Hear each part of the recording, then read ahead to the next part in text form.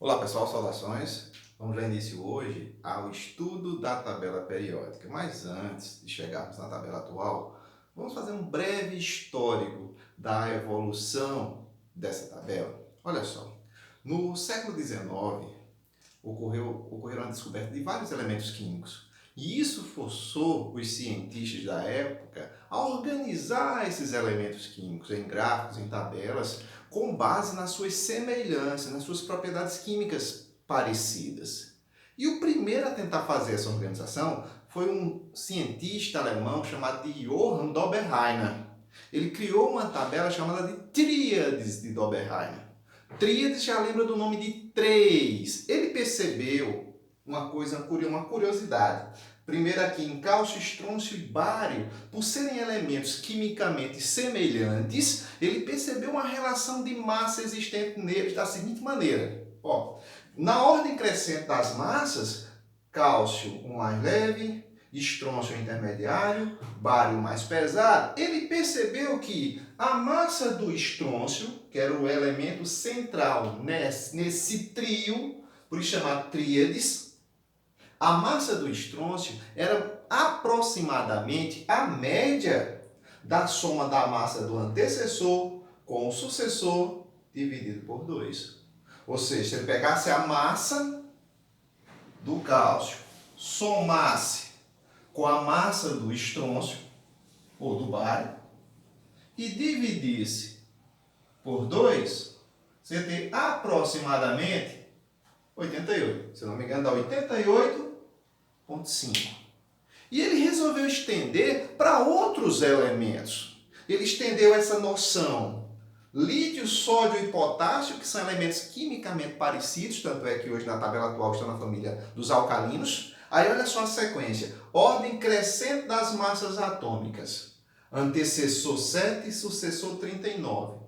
7 mais 39, 46. Dividido por 2, olha a média.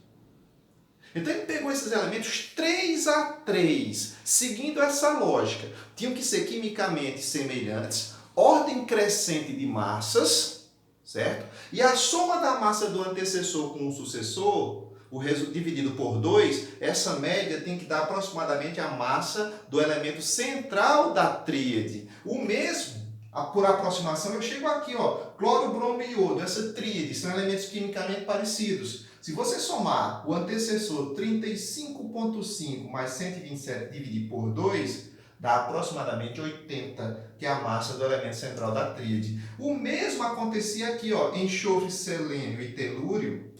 Se eu somar 32 do enxofre, 128 do telúrio e dividir por 2, dá praticamente essa massa do elemento central da tríade. Então, nessa tríade, lembra, 3 são elementos quimicamente semelhantes. E para fazer parte da tríade, não adiantava só ser quimicamente semelhante. Tinha que obedecer essa relação de massa. A soma da massa do antecessor com o sucessor, dividido por 2, tinha que ser aproximadamente a massa do elemento central da tríade.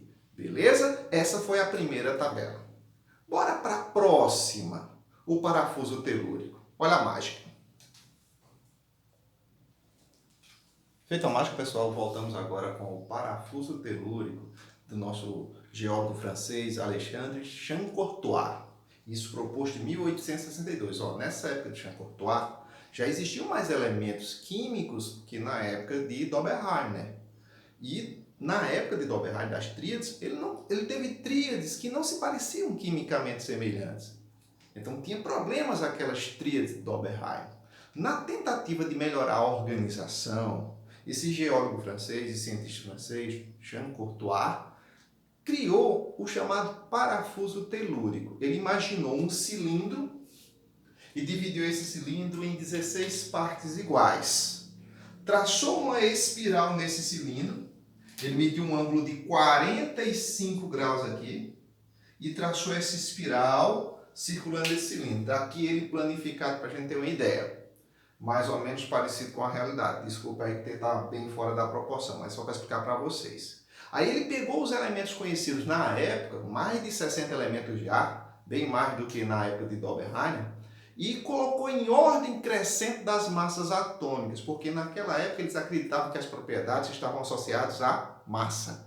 Tanto é que as tríades de Dobereiner, observem as tríades, ordem crescente das massas, do mais leve para o mais pesado. Aqui também. Então ele pegou os elementos conhecidos na época e começou a dispor nesse cilindro de acordo com sua massa. Hidrogênio massa 1 colocou mais ou menos assim. Olhar para o lítio, próximo ali de 4 a 5, não está dentro da proporção, e foi distribuindo em torno desse cilindro os elementos conhecidos.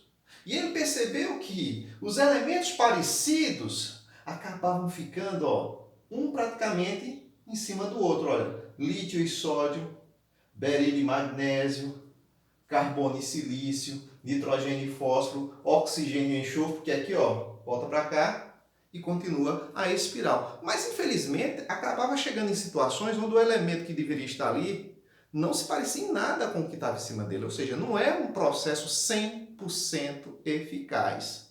Mas ele já organizou melhor os elementos conhecidos na época. Também não foi um êxito total. Tem muitos elementos aqui nessa sequência que eles quimicamente não eram parecidos, mas boa parte coincidiu. As semelhanças químicas ficavam praticamente um em cima do outro. Beleza? Vamos partir agora para as oitavas de Newlands. Olha a mágica. Feita a mágica, gente, está aqui as oitavas de Newlands, proposta em 1864. Olha, Newlands era músico e cientista inglês. E ele resolveu associar a organização dos elementos químicos conhecidos na época como se fosse as oitavas de um piano.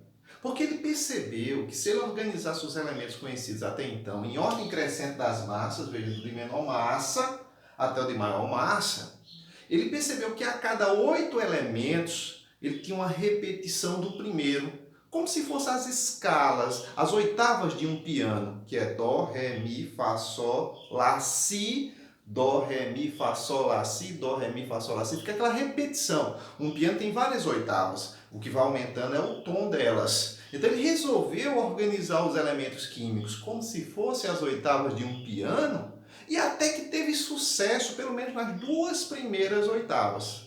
Daí em diante, muita loucura começou a acontecer. Ele não conseguia selecionar elementos químicos com propriedades semelhantes. Tanto é que sugeriram a ele que ele abandonasse a ciência e fosse se dedicar mais à música. Mas vamos observar a lógica dele, se não faz sentido. Pegou os elementos conhecidos até então, não tinha mais do que isso, aqui é só um exemplo. Ele organizou em ordem crescente das massas. O hidrogênio mais leve nessa primeira escala, nessa primeira oitava, o que equivale ao Dó, o Ré, o Mi, Fá, Sol, Lá, Si. Aí a oitava repete. Dó mais agudo, Ré, Mi, Fá, Sol, Lá, Si. Estou desafinando já. Dó de novo. Ré, Mi, Fá, Sol, Lá, Si, Dó. E assim vai. Aí, colocando nessa sequência na ordem crescente das massas, lembra Dobereiner, Champ-Courtois, Newlands, pensavam que as propriedades estavam associadas à massa, por isso que as tabelas vêm na ordem crescente das massas. Feita essa organização, olha a coisa que bateu aqui, Olha essa família, lítio, sódio e potássio, que são dos alcalinos hoje em dia. Elementos quimicamente parecidos, berílio, magnésio e cálcio, parecidos. Mas olha aqui, um que não tem nada a ver, crômio, não tem nada a ver com o alumínio, nem com o boro. Titânio, que está aqui até fora da ordem, com a massa menor, está lá na frente. Não tem nada a ver com silício ou carbono. Então, tinha coisas que ele não conseguiu organizar.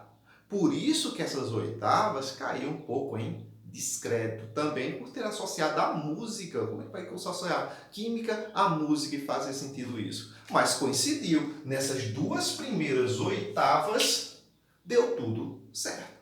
Beleza? Vamos para a tabela de Mendeleev, que é o pai da tabela moderna. Olha a mágica.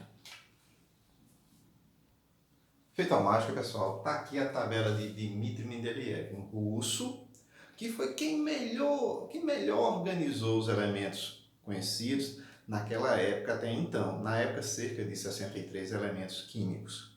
ele defendeu um artigo de uma lei periódica na época que ele dizia que ele associava a propriedade dos elementos à fórmula das substâncias simples e das substâncias compostas como sendo uma função periódica das massas atômicas. Então ainda tem aquela coisa, massa, ordem crescente de massa, do mais leve para o mais pesado. Os elementos até então conhecidos, ele catalogava em fichas, nas quais ele anotava as propriedades de cada elemento, massa, ponto de fusão, de ebulição, densidade, e ia organizando na parede do seu laboratório essas fichinhas. E ia mexendo, tentando organizar essas fichas conforme as semelhanças dos elementos químicos. E chegou nessa tabela que se parece, lembra, algumas partes da tabela atual. Eu pintei aqui de vermelho alguns elementos que na tabela atual não tem nada a ver na coluna na qual ele está aqui. Por exemplo, na tabela atual, essa daqui lembra muito a família dos alcalinos, mas o cobre não é alcalino, a prata não é. Mas na tabela de Mendeleev ele colocava lá. Aqui, como se fosse hoje em dia a família 2A, ele colocou zinco e cádmio. Mas por que a tabela dele foi bem aceita? Porque na tabela de Mendeleev ele conseguiu prever a existência de futuros elementos químicos que até então não tinham sido descobertos. E com isso, ele deixou espaços vazios na tabela para serem preenchidos posteriormente com a descoberta desses elementos. Ó, aqui entre o cálcio e o titânio, ele disse que iria existir um elemento chamado de hecaboro, hoje chamado de escândio. Mas na época, Mendeleev já sabia as propriedades físicas desse elemento antes dele ter sido descoberto, porque ele fazia aquela coisa das tríades de Dobereiner. Ele somava as propriedades do antecessor e do sucessor e dividia por 2. Ele pegava a ponto de fusão do antecessor e sucessor, dividia por 2. A ebulição do antecessor, sucessor, dividia por 2. Densidade do antecessor e sucessor e dividia por 2. Aí ele já ia preenchendo o espaço, e quando o escândio foi descoberto, que para ele ia ser o hecaboro, coube certinho nas propriedades por aproximação, era basicamente o que estava sendo previsto. Teve também aqui, nessa família aqui do silício, o hecacilício, hoje chamado de germânio. Também foi previsto por Mendeleev antes dele ter sido descoberto. Na sua tabela já estavam lá as propriedades físicas possíveis para o elemento que iria ocupar aquele espaço. Fazendo essa organização, ele teve mais sucesso do que os seus antecessores. Então, essa tabela de Mendeleev aqui, ainda em ordem crescente de massas atômicas, começa a ser considerada como se fosse a mãe da tabela atual que nós vamos usar. Só que na tabela atual é bom deixar bem claro, os elementos da tabela atual não estão na ordem crescente de massa. Eles estão obedecendo à lei periódica atual de Moseley, que diz o seguinte, que a propriedade dos elementos químicos depende do número atômico, está ligada ao número atômico e não à massa. Então a periodicidade das propriedades é diretamente ligada ao número atômico e não à massa, como pensava Dobereiner, Jean-Courtois, Newlands e Mendeleev. Beleza? Então, na próxima aula, nós vamos passar para a tabela atual, lembrando que nela a ordem é crescente de número atômico, e não como essas tabelas mais primitivas, que consideravam a ordem crescente das massas. Nessa época aqui, se pensava que a propriedade estava associada à massa. Hoje em dia, nós sabemos que a propriedade está associada a números atômicos. Beleza? Até a próxima.